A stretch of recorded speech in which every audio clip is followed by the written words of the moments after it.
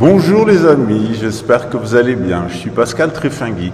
Aujourd'hui, j'aimerais m'adresser à vous de manière un petit peu plus solennelle que d'habitude. Je parle beaucoup de religion, un petit peu de politique, très peu d'économie. Mais aujourd'hui, j'aimerais vous parler de politique.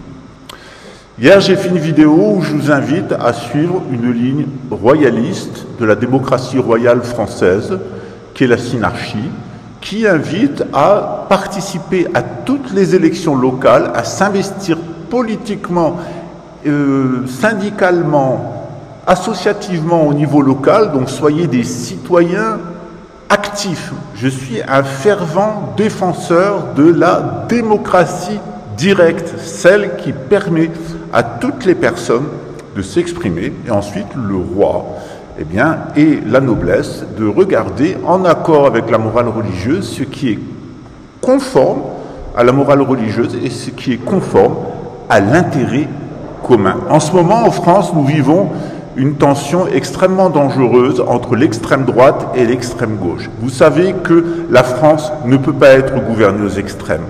Souvenez-vous de Vichy, souvenez-vous des enfants dans les camps de concentration, souvenez-vous de l'extrême droite.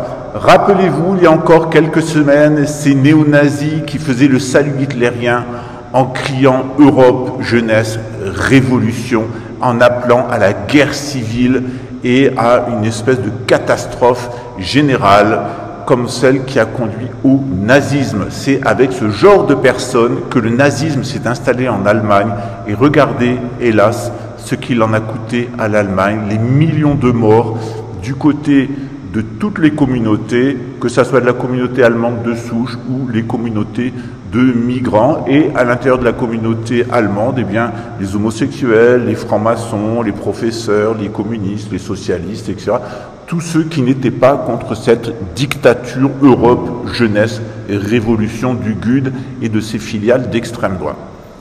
Souvenez-vous aussi que l'extrême gauche, en particulier le Parti communiste, c'est l'Union soviétique et la Chine, avec en Chine 34 millions d'enfants non nés, c'est-à-dire des centaines de millions d'avortements dans la politique de l'enfant unique, qui est un véritable désastre actuellement pour la Chine, puisque la Chine va descendre à 600 millions d'habitants d'ici une trentaine d'années, et elle va avoir besoin d'importer une main-d'œuvre considérable si la Chine veut maintenir son niveau économique et payer ses retraites. Donc très dangereux de faire confiance aux communistes et à l'extrême gauche, tout comme à l'extrême droite.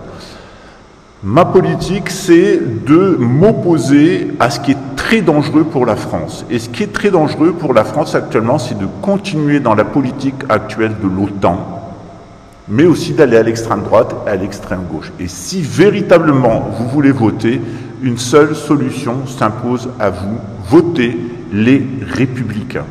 Soutenez les listes de la droite gaulliste. Souvenez-vous que Jacques Chirac a dit non à la guerre en Irak.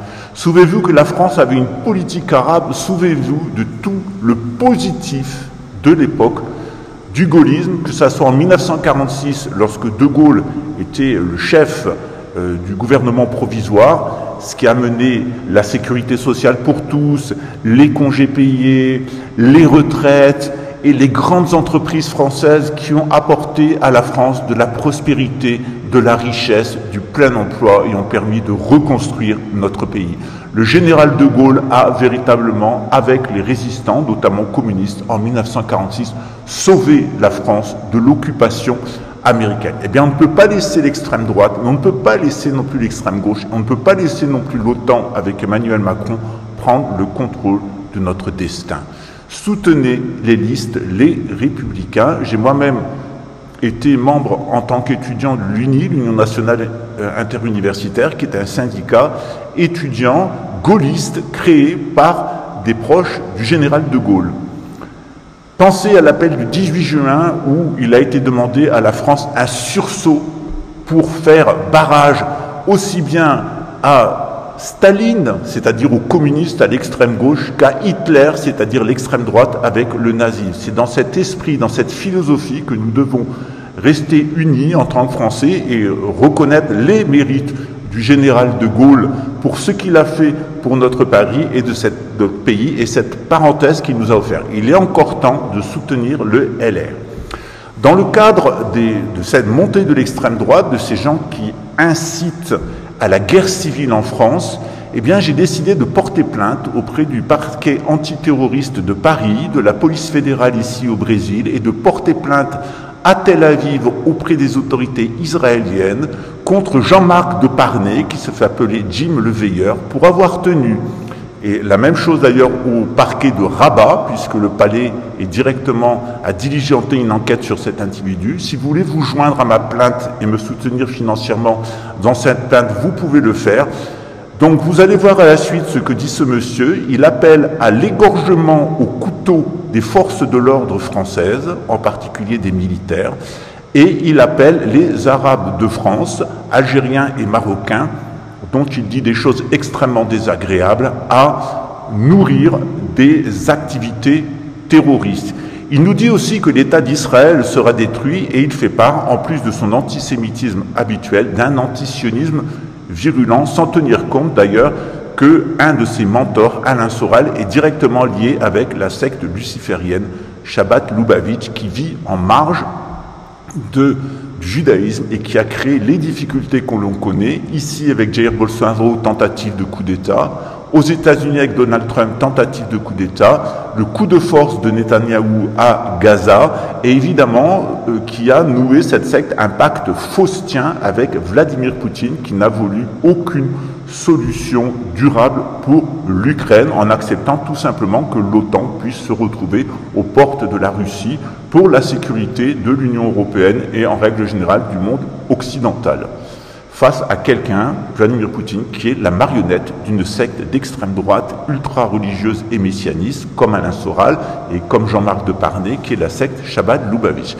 Donc si vous voulez me soutenir financièrement, dans cette plainte, j'ai requis les services d'un avocat au Maroc, en France et ici au Brésil, pour le poursuivre pour des activités de terrorisme, d'incitation au terrorisme, à la haine raciale, à la discrimination et tous les délits qu'il a commis dans le cadre de la loi Guesso. Je vous laisse voir à la suite les propos que tient ce personnage.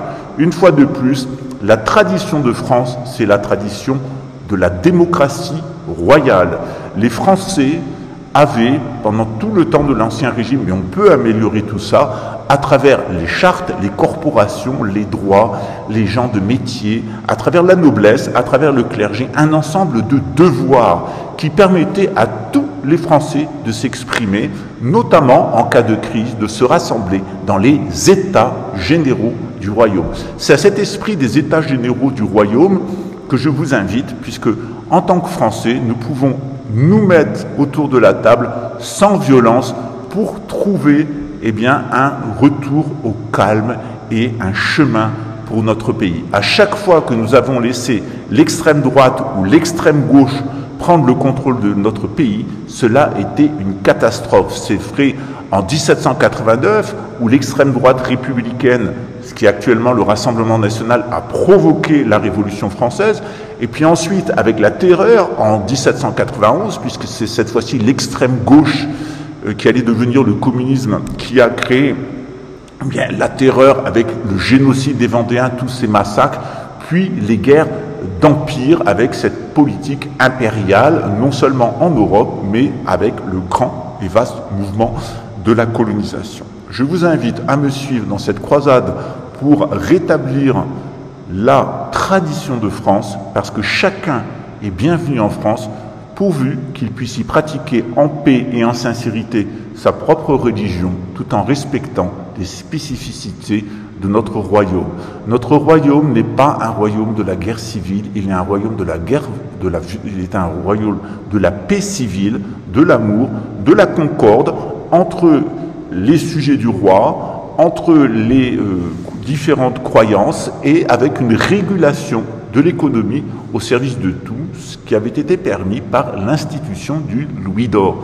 Je rappelle que de la création du Louis d'Or à l'avènement au trône de Louis XVI, la valeur du pain a été la même en France pendant plusieurs centaines d'années grâce à la gestion sage du royaume qui a connu véritablement un pic lorsque le cardinal de Fleury était le régent de France. Les impôts étaient très bas, la France avait le plus haut taux d'alphabétisation au monde, notre économie était, nous étions la Chine de l'Occident, la France a été véritablement heureuse grâce au cardinal de Fleury. Eh bien, c'est à une régence, pourquoi pas avec un nouveau cardinal de Fleury, en attendant le retour de grands monarques, que je vous invite, et pourquoi pas le faire avec nos amis et nos frères du gaullisme. En attendant, eh bien, vous pouvez me soutenir dans les poursuites judiciaires menées contre l'agitateur public Jean-Marc Deparnay, ses appels au terrorisme et ses divagations permanentes contre les Juifs, contre l'État d'Israël, qui est un État de droit international, et contre un certain nombre d'institutions. À vos plumes, et si vous le voulez bien, on accepte vos donations. À très bientôt. Regardez ce qu'il y a à la suite, c'est affligeant. Pas que, j'allais dire, les Marocains au Maroc ne se comportent pas forcément comme certains Marocains en France. On en parlait avant l'émission. On a l'impression que, et bon, je connais un peu la réponse, mais je préfère que vous la disiez vous-même, puisque vous l'expliquiez déjà par le vote, notamment des expatriés français. Comment se fait-il qu'il y ait un tel gouffre? On a l'impression que c'est comme s'ils changeaient de comportement, de mentalité en arrivant en France. Mais c'est exactement ça. C'est exactement ça, c'est le syndrome de la France qui, du jour au lendemain, alors, c'est pas du jour au lendemain, mais effectivement, c'est un problème français. C'est pas un problème d'Arabes, de Marocains, d'Algériens, c'est un problème français où, depuis les années 80, on a créé Touche pas mon pote, SOS Racisme, on a appris à ces jeunes et à ces gens de détester la France et on leur a pas expliqué qu'il fallait partir dans une autre démarche. Effectivement, les Algériens sont, je trouve, très agressifs en France. Les Marocains ont tendance à leur prêter, à leur emboîter le pas aussi. Donc, c'est pareil pour l'islam. Les gens pensent que tous les musulmans sont des islamistes et des trancheurs de tête en puissance. Ceux qui coupent des têtes en criant Allahu Akbar, c'est typiquement français parce que le système qui a pris possession de la France a tout intérêt à diviser pour régner.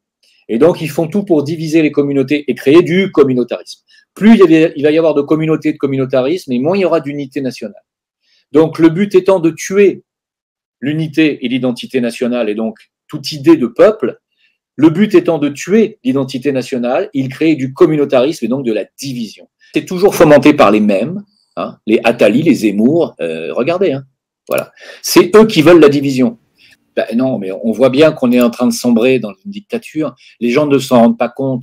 Ils me disent, mais quand même, on est dans une démocratie. Mais je ne vois pas où vous êtes dans une démocratie. Vous ne l'êtes plus. Ce qu'il y a de terrible, c'est que pour retrouver la liberté d'expression d'avant, il va falloir qu'il se passe quelque chose d'affreux. Et il va y avoir des amalgames. C'est-à-dire qu'il y a des juifs qui vont trinquer. Parce que moi, je ne vois pas d'avenir lumineux hein, pour Israël et pour les soutiens du sionisme. Hein. Il n'y en a pas. Hein. Comment est-ce que vous voulez qu'ils aient un avenir lumineux?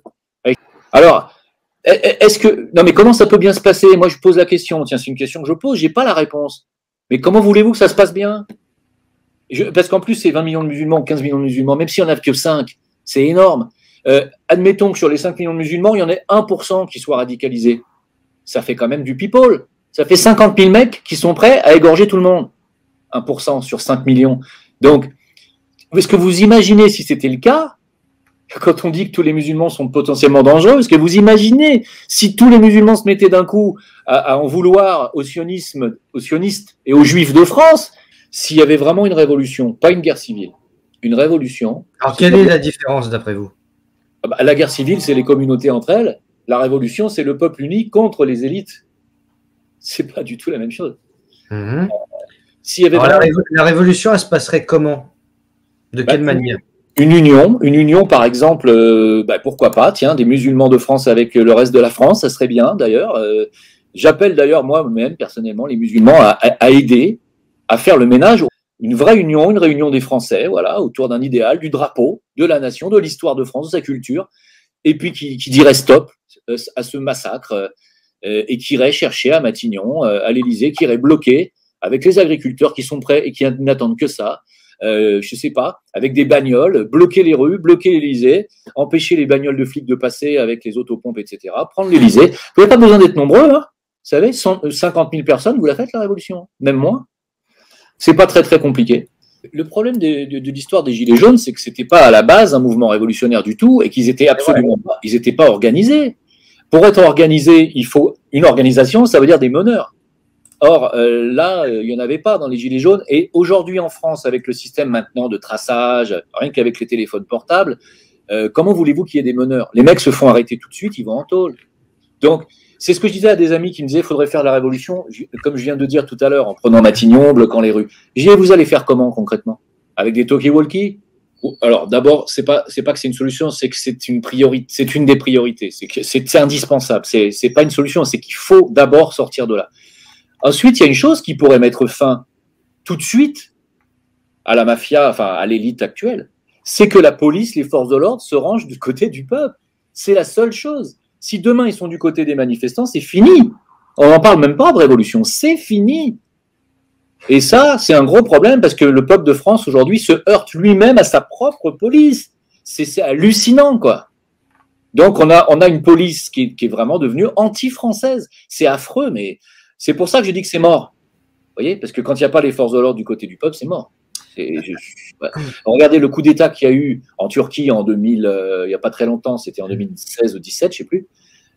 Erdogan, il n'avait plus accès à rien, ni aux médias, ni rien du tout. Qu'est-ce qu'il a fait? Il est passé par un alerteur comme moi, un petit alerteur, et il a dit c'est votre président, voilà, peuple de Turquie, levez-vous parce qu'il y a un coup d'État, l'armée a pris le contrôle. Eh bien, figurez-vous, et ça c'est parce que ça n'est possible que dans un pays où il y a une vraie unité nationale et un vrai peuple, ils sont descendus dans la rue, les Turcs, avec des couteaux, et ils ont flingué, ils ont tué en une nuit tous les militaires qui avaient sur la place Taksim à Istanbul. Une nuit, ça a duré. C'était terminé le lendemain. Ils sont descendus dans la rue, les Turcs, avec des couteaux, et ils ont flingué, ils ont tué en une nuit tous les militaires qui avaient sur... Et ils ont flingué, ils ont tué en une nuit tous les militaires qui avaient...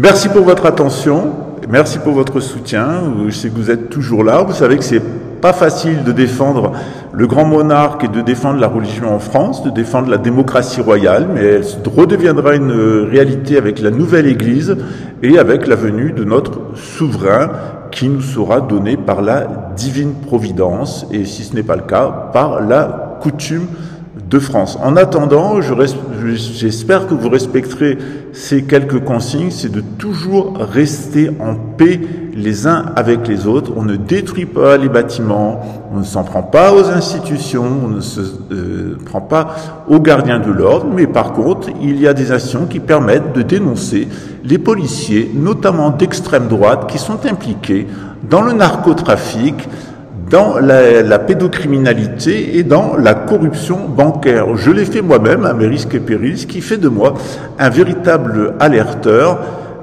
qui n'est certainement pas là pour vous faire boursicoter, vous faire rentrer sur les marchés financiers, ni vous vendre la doctrine luciférienne d'Alice Bailey, et encore moins vous vendre des patas médecine sans diplôme. Vous saurez juger de vous-même qui est véritablement français et qui est un imposteur. À très bientôt. Ciao.